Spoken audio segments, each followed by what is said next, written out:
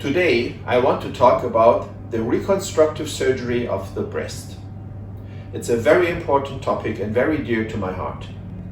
Some of you maybe know that I'm not only super specialized in the aesthetic surgery of the breast, but I have also extensive experience with the reconstructive surgery of the breast. So whenever a woman approaches me and has undergone the treatment of the breast cancer, we have to assess what is the condition right now and what is the best way forward to reconstruct the breast. And in order to do that, I want to briefly explain what kind of mastectomies are out there when you treat the breast cancer surgically. So a total mastectomy basically would mean that the entire breast tissue, the skin, the gland, and the nipple and areola are removed, and you would have just the scar on a flat chest. And that's usually what most of the patients picture when they think about a breast cancer surgery. But there are modifications to that depending on what kind of cancer you have. And usually there is a tumor panel, a board, which then many colleagues together will decide what is the best way forward for the patient. So if we have a chance to save some of the skin, we call it a skin-sparing mastectomy. So the nipple areola is still removed, but we try to keep as much skin as we can to later reconstruct the breast or do it in the same procedure. And then there is what we call a nipple-sparing mastectomy. Basically, we remove the gland and we remove some of the skin, but we can keep the nipple and areola intact. So that's a very brief summary of the different types of mastectomies. In some cases, they are followed by radiation and chemotherapy. And that's also important for a reconstructive surgeon to know, because it will also define what kind of reconstructive procedures you can offer the patients. So let's say we have a small breast cancer which has been treated, and we still have the skin and the nipple and areola intact, but the volume is lost because some of the gland or most of the gland is removed.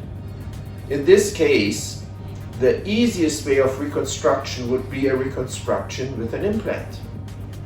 There's nothing wrong with it. It's a fast and not very invasive way of reconstructing the lost volume.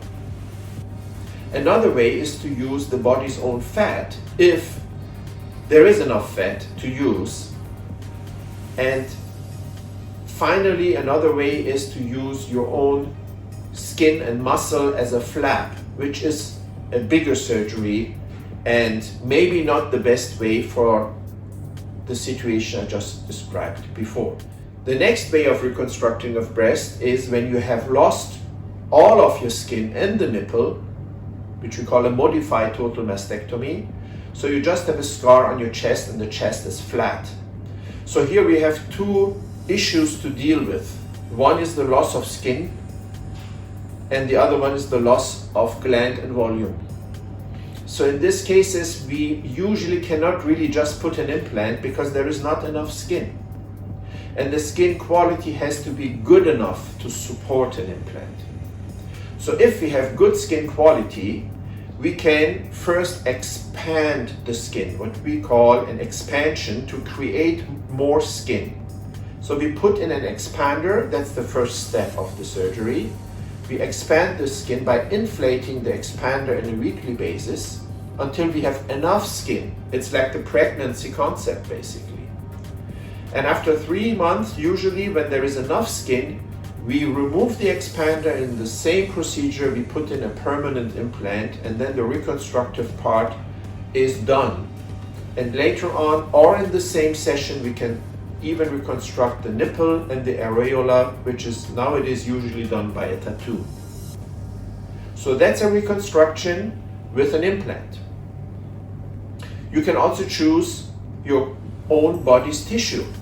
So instead of replacing the expander with an implant, we can replace the expander with your own tissue that we can take either from the back as a pedicled flap, or we can use a so-called free flap transfer, where we usually use tissue from the lower abdomen with the vessels and put it there as an auto implant and connect the vessels in the paramedian area. So these are different ways of approach the reconstruction, and there are many, many more. So it's important for a patient who has suffered through a breast cancer treatment to know there is some kind of reconstructive potential there, even in the most affected and worst cases, but you need to see a specialist first to have a proper plan.